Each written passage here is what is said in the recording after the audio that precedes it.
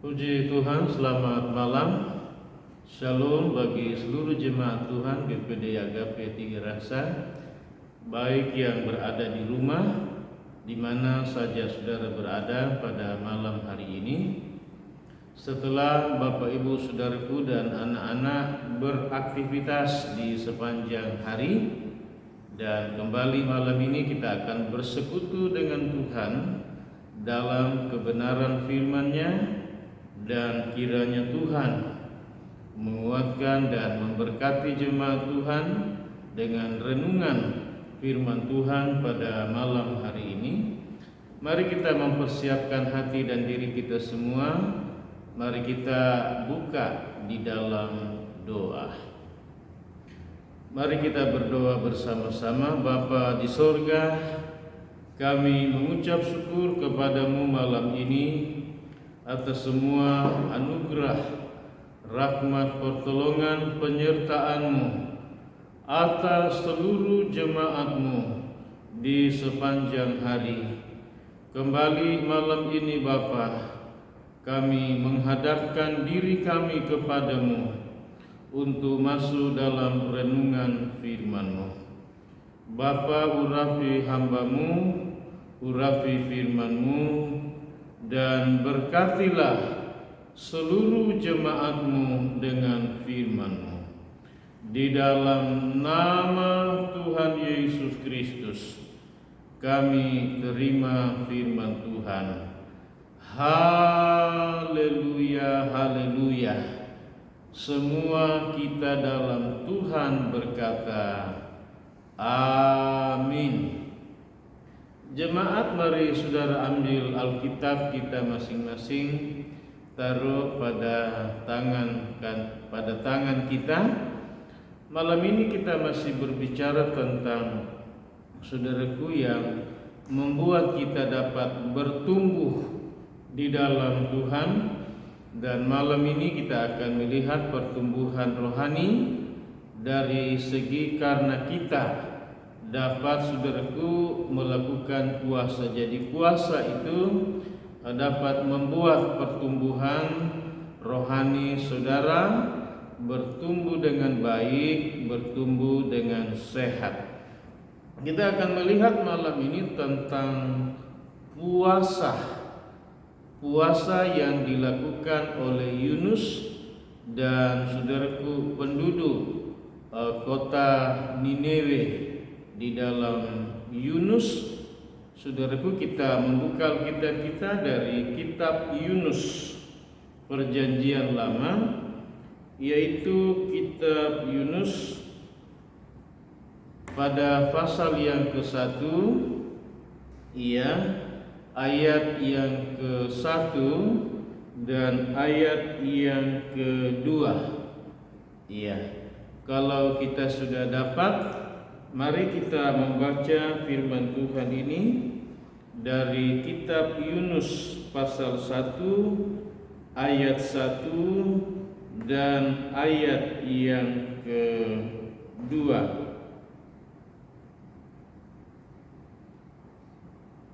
Baik, kita baca 2, 3. Datanglah firman Tuhan kepada Yunus bin Amitai, bangunlah, pergilah ke Nineve, kota yang besar itu. Berserulah terhadap mereka, karena kejahatannya telah sampai kepadaku. Semua yang percaya berkata, amin. Saudaraku, Yunus pasal yang ke-1 ini dan ayat ke-1 dan ayat yang kedua adalah berbicara tentang, yang pertama adalah panggilan Tuhan kepada Yunus.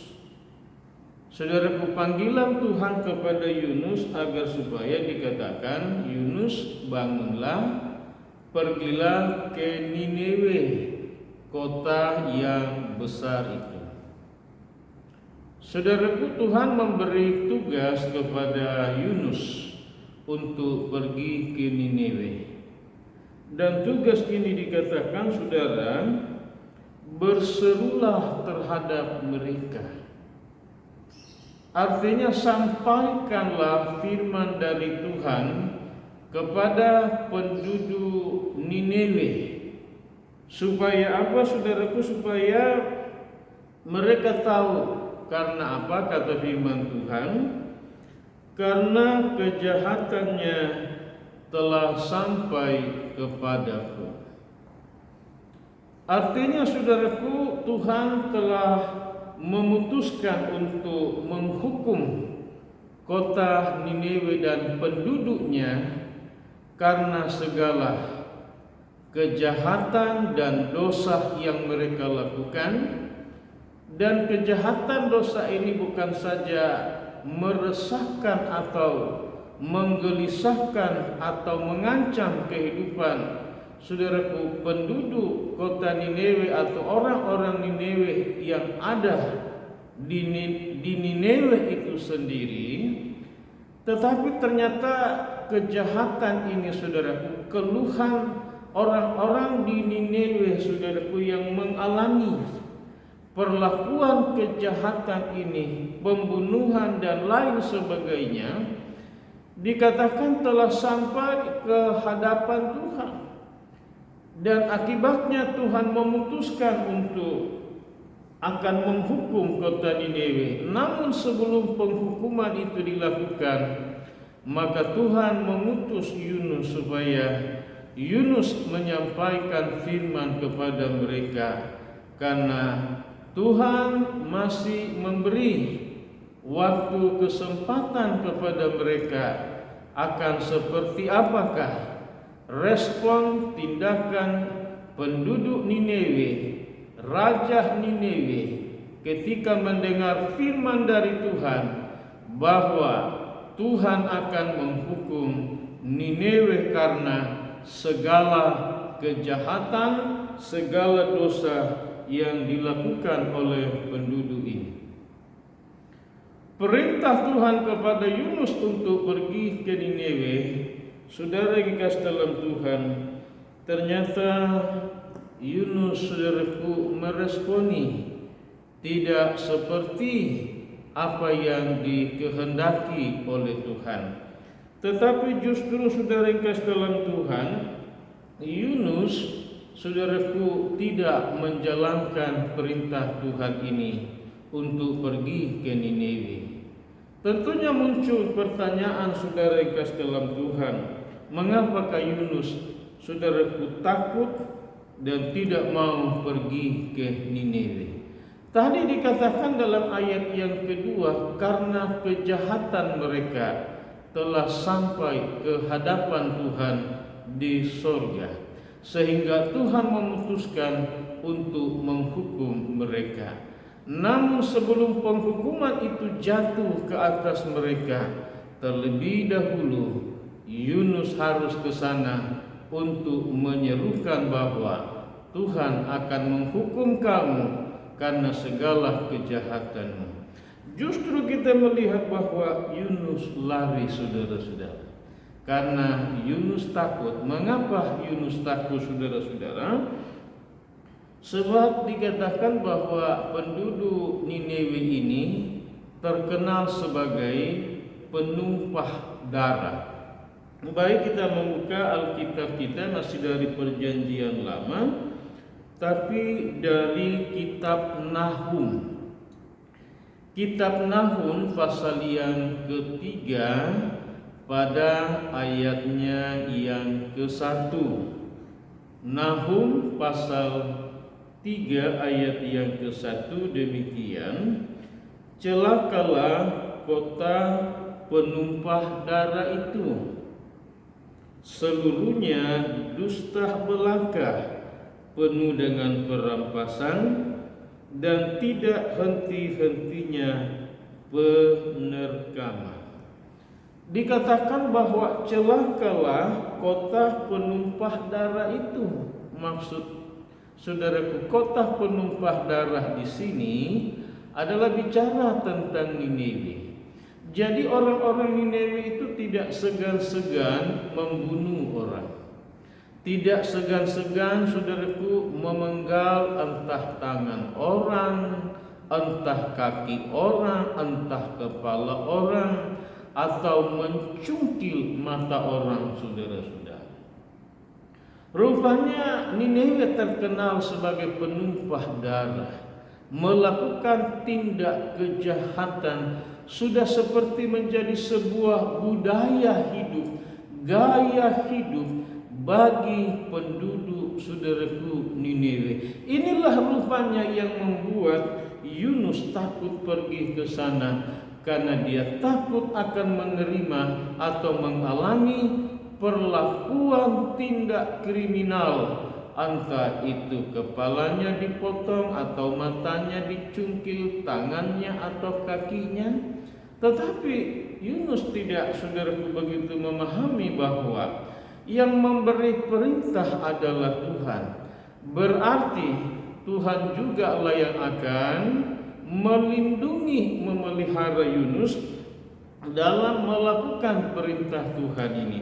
Ini rupanya yang menjadi alasan Yunus, sehingga saudaraku Yunus lari dari sana, karena penduduk Nineve terkenal sebagai penumpah darah, tidak segan-segan. Kemudian mereka dikatakan seluruhnya hidup menjalankan hidup penuh dengan kedustaan. Berikut lagi dikatakan penuh dengan perampasan, tidak segan-segan merampas milik orang, saudaraku, dan tidak henti-hentinya penerkaman yang dilakukan oleh mereka kepada sesama manusia, saudara-saudara. Inilah yang melatar belakangi rupanya Yunus, sehingga Yunus takut pergi ke Nineve. Lalu saudara yang kasih dalam Tuhan, kita membaca dalam Yunus pasal yang ke-1 ini, kembali kepada Yunus pasal 1 ayat yang ketiga. Tetapi Yunus bersiap melarikan diri ke Tarsis, jauh dari hadapan Tuhan. Ia pergi ke Yafo dan mendapat di sana sebuah kapal yang akan berangkat ke Tarsis. Ia membayar biaya perjalanan, lalu naik ke kapal itu untuk berlayar bersama-sama dengan mereka ke Tarsis, jauh dari hadapan Tuhan. Tindakan Yunus, saudaraku, adalah melarikan diri dari panggilan Tuhan. Saudaraku disuruh ke Nineve, tapi dia justru lari ke Tarsis, saudara-saudara. Dia naik kapal, dia membayar semua ongkos kewajiban sebagai penumpang, saudara yang kasih dalam Tuhan, dengan maksud lari dari panggilan Tuhan, lari jauh dari hadapan Tuhan. Itu yang, saudaraku, dilakukan oleh Yunus. Kemudian dalam Yunus pasal 1 ini, saudaraku, apa yang terjadi, saudaraku, ketika Yunus melarikan diri jauh dari hadapan Tuhan? Dalam pasal 1 ini ayat yang keempat sampai dengan ayat yang keenam, saudara, bagaimana orang dalam perjalanan itu di tengah lautan di atas kapal, mereka mengalami, saudaraku, badai, gelombang, angin ribut, yang begitu besar sekali, dan membuat mereka dikatakan, saudaraku, berteriak-teriak, berseru-seru kepada Allah mereka untuk meminta pertolongan. Tetapi pertolongan dari Allah mereka itu tidak ada yang bisa menolong mereka. Lalu dikatakan justru Yunus turun ke bagian bawah kapal itu dan dia tidur, saudara. Ketika dia tertidur, maka saudara pengkas dalam Tuhan, awak kapal, saudaraku, nahkodah mendapatkan orang sedang ketakutan dengan gelombang, dengan angin, dengan badai. Kok Yunus enak-enak tidur di bawah, saudara. Saudara yang kasih dalam Tuhan, kemudian mereka memutuskan untuk membuang undi. Siapa gerangan atau apa yang mengakibatkan sehingga saudaraku angin badai ini, hujan ini saudaraku melanda mereka begitu hebatnya. Mereka sudah berusaha berseru kepada Allah-Allah mereka, pertolongan tidak datang. Barang-barang mereka pun saudaraku sudah dibuang ke laut supaya maksudnya mengurangi muatan berat kapal, tapi lagi-lagi juga tidak saudaraku seperti yang mereka harapkan. Mereka memutuskan untuk membuang undi. Dan Yunus juga ada di situ berkumpul dengan orang banyak. Ketika undi dibuang, maka undi itu kena kepada Yunus. Lalu saudaraku mereka bertanya apa gerangan Yunus ini. Yunus menjelaskan bahwa ia adalah seorang yang takut kepada Tuhan. Waktu dia menjelaskan bahwa ia orang yang takut kepada Tuhan, maka semua orang yang di kapal itu menjadi takut, saudara-saudara. Ada apa gerangan dengan orang ini, saudara? Lalu mereka bertanya, kalau begitu solusinya, jalan keluarnya bagaimana supaya angin ini, gelombang ini, badai ini segera berhenti dan tidak menimpa kita lagi. Saudaraku, Yunus memutuskan untuk ia dibuang oleh orang dari kapal itu ke dalam laut, karena memang Yunuslah penyebab badai gelombang itu, karena ia telah melarikan diri dari panggilan Tuhan.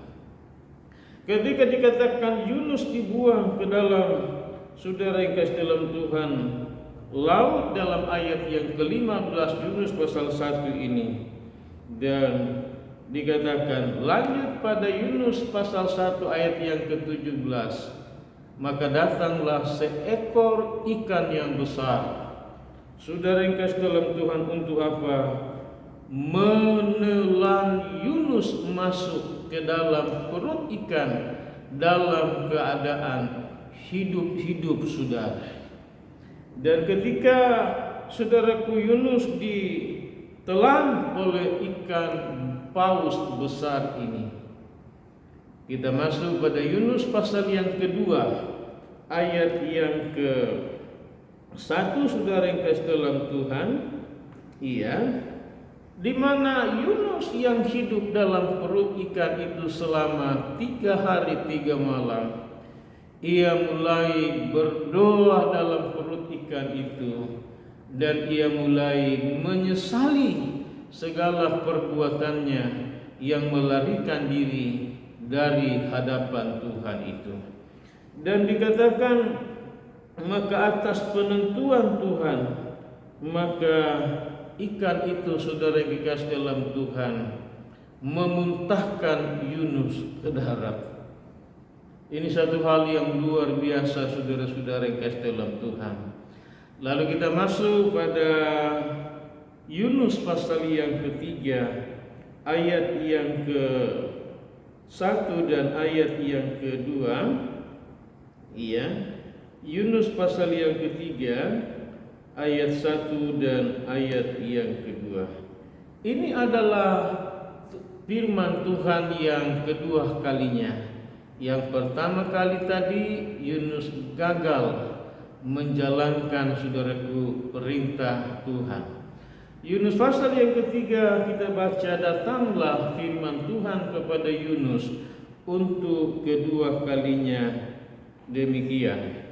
Bangunlah, pergilah ke Niniwe, kota yang besar itu, berserulah terhadap mereka, karena kejahatan mereka telah sampai kepadaku.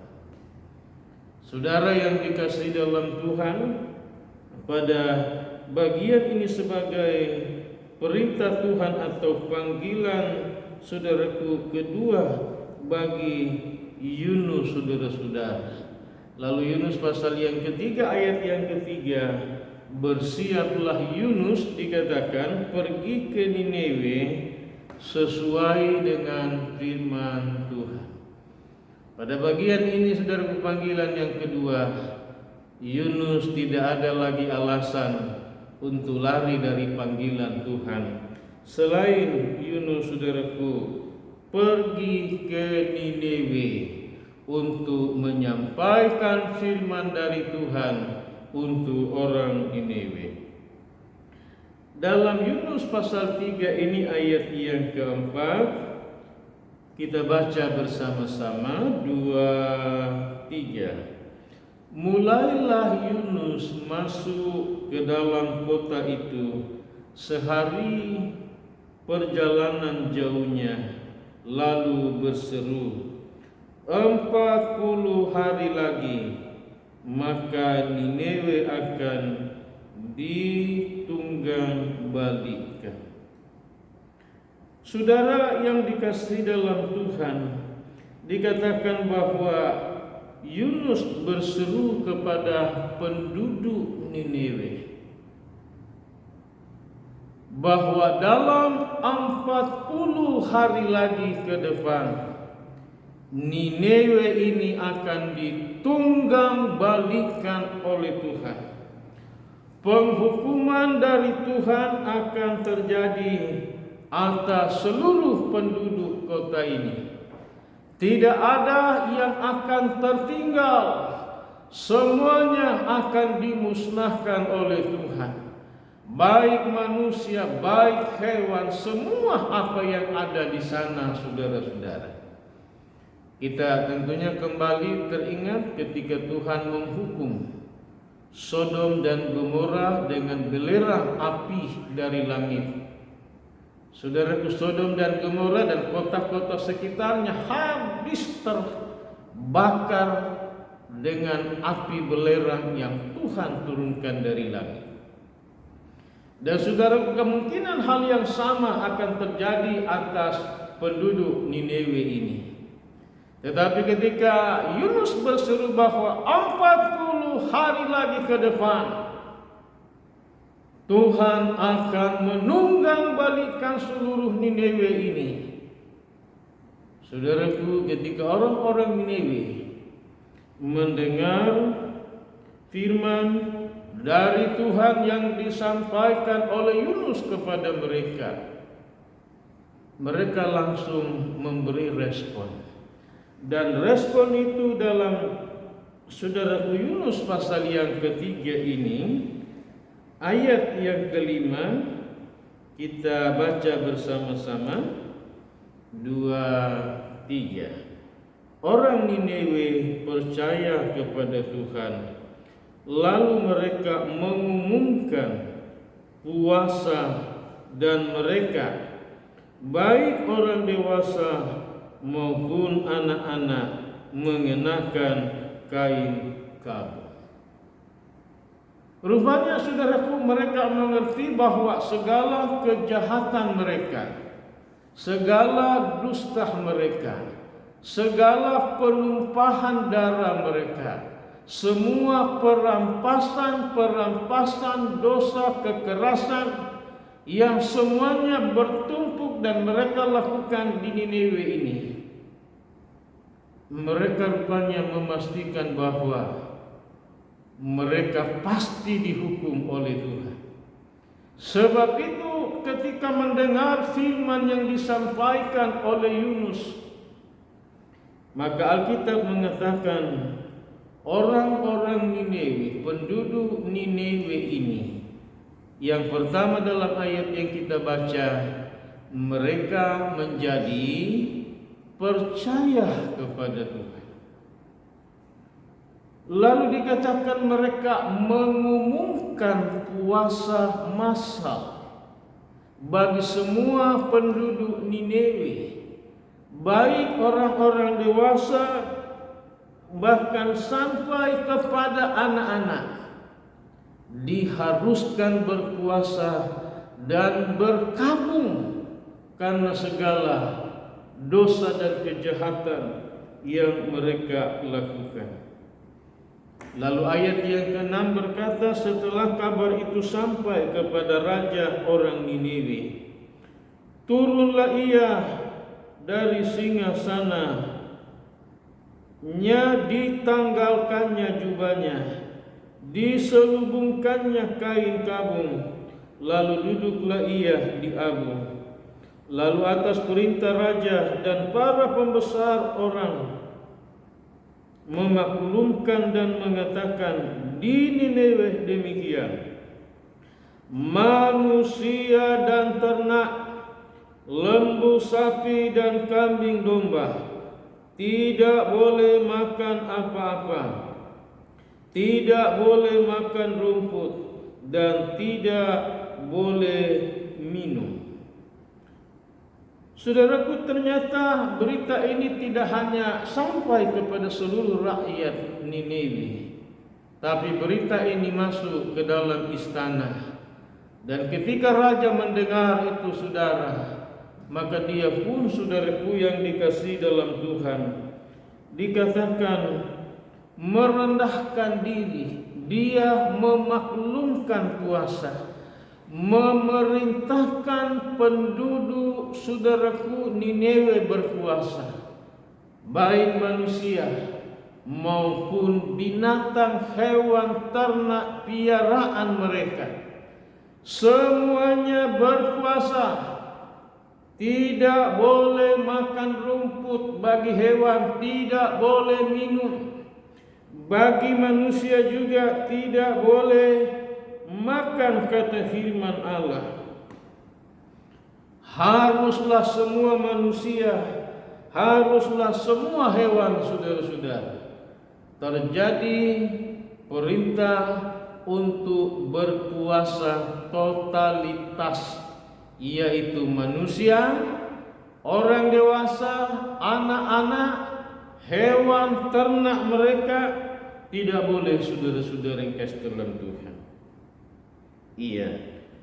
Lalu ayat yang ke-8, di mana raja memberi perintah dan para pembesar-pembesarnya, yaitu haruslah semuanya manusia dan ternak berselubungkan kain kabung dan berseru dengan keras kepada Allah, serta haruslah masing-masing berbalik dari tingkah lakunya yang jahat, dari kekerasan yang dilakukannya. Saudara yang kasih dalam Tuhan, penekanan seruan raja selain percaya kepada Tuhan, selain bertobat, selain berkabung, selain berpuasa, maka raja berkata, berserulah dengan suara yang keras dan nyaring kepada Tuhan. Iya, saudara yang kasih dalam Tuhan, dan masing-masing harus dipastikan berbalik dari semua kejahatan, dari semua dosa, dari semua tingkah laku dan hidup kekerasan, dihentikan semuanya.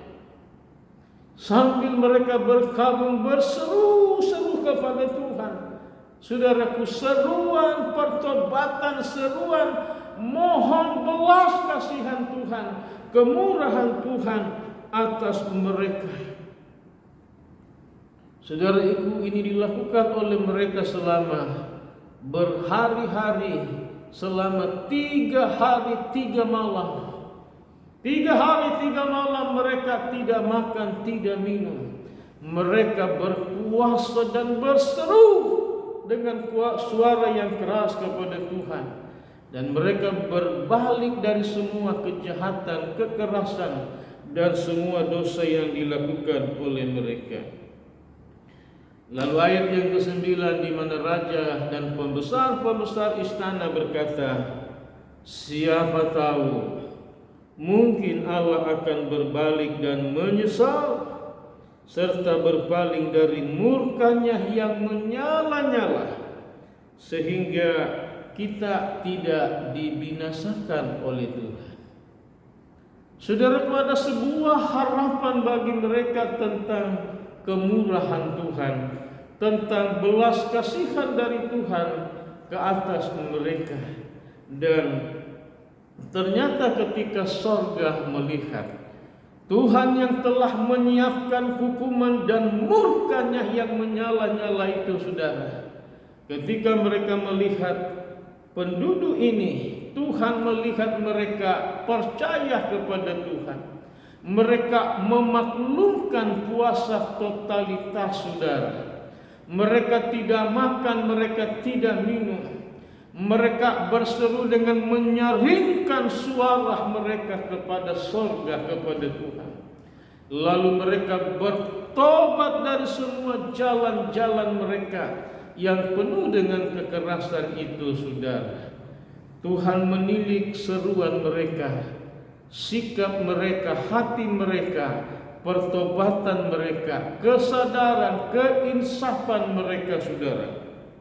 Iya, saudara yang kasih dalam Tuhan, kita melihat apakah keputusan Tuhan selanjutnya, saudara-saudaraku yang dikasihi oleh Tuhan.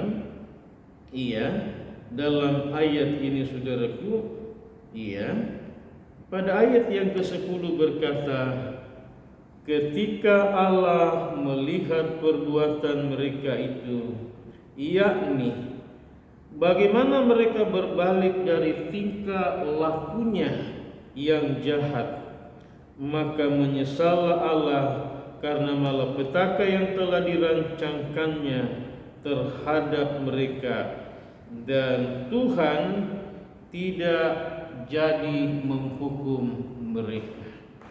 Saudaraku, kita lihat bahwa penghukuman yang sudah dirancang dan sudah disiapkan oleh Tuhan membuat Tuhan mengubah keputusan itu, saudara, di mana keputusan itu adalah tidak jadi menghukum Niniwe.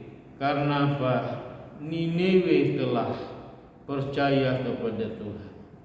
Mereka telah bertobat, mereka telah berbalik dari segala kejahatan mereka. Mereka berseru, berteriak kepada Tuhan, mohon belas kasihan dan kemurahan Tuhan.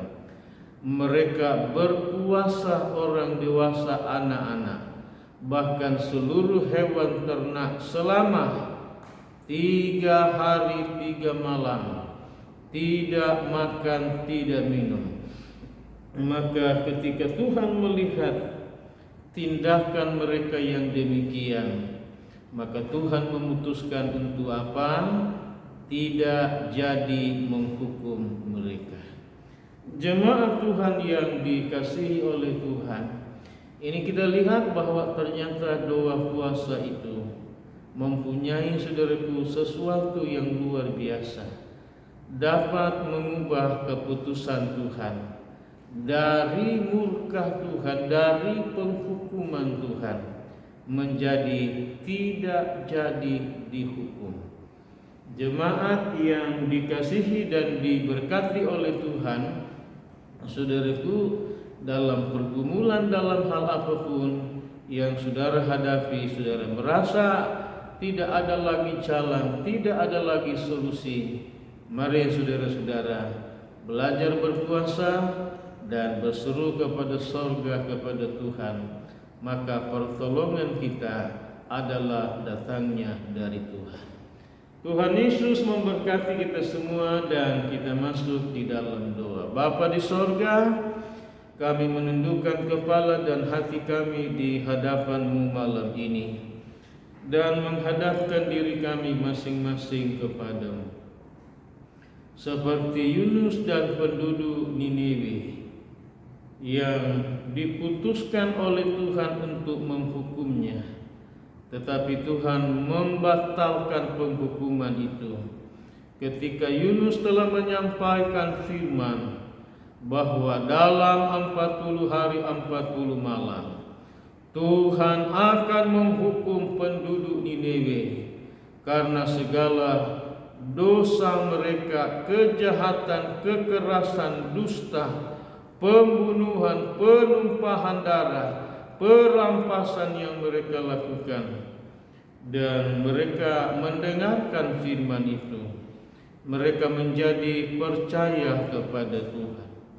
Mereka sadar, mereka bertobat, mereka berbalik dari semua dosa dan kejahatan mereka, dan mereka berseru dengan memohon kemurahan Tuhan, belas kasihan Tuhan, dan mereka kemudian Tuhan tidak jadi menghukum mereka.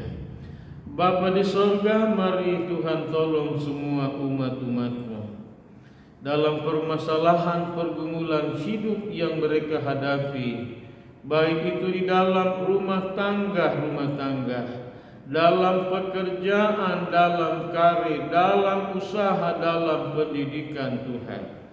Mari Tuhan beri kekuatan, kemampuan kepada umat-Mu untuk menghadapi semuanya dengan Tuhan percaya beriman kepada-Mu dan melakukan doa dan puasa Tuhan. Berseru kepada-Mu Tuhan, dan Tuhanlah yang menolong mereka dalam masalah perkara yang sesulit sebesar apapun, karena bagi Tuhan tidak ada perkara yang mustahil.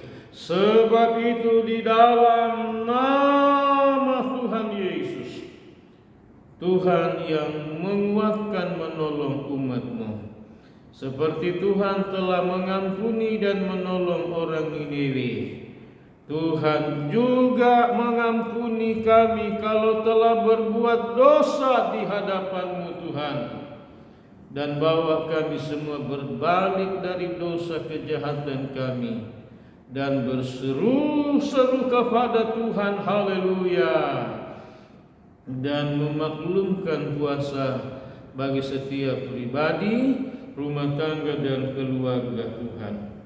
Terima kasih. Mari Tuhan tanamkan firman-Mu dalam hati jemaat-Mu dan beri mereka kekuatan untuk bisa berpuasa sesuai dengan pergumulan mereka masing-masing. Dalam nama Tuhan Yesus kami berdoa.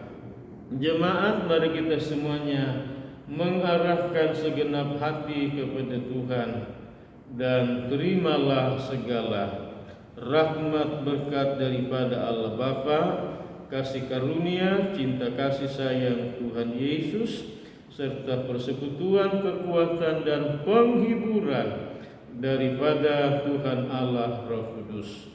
Di dalam nama Allah Bapa, Putra, dan Roh Kudus, Tuhan Yesus Kristus. Haleluya, haleluya, haleluya. Semua kita dalam Tuhan berkata amin. Puji Tuhan, selamat malam, selamat beristirahat, dan Tuhan Yesus memberkati semua jemaat Tuhan. Haleluya. Amin.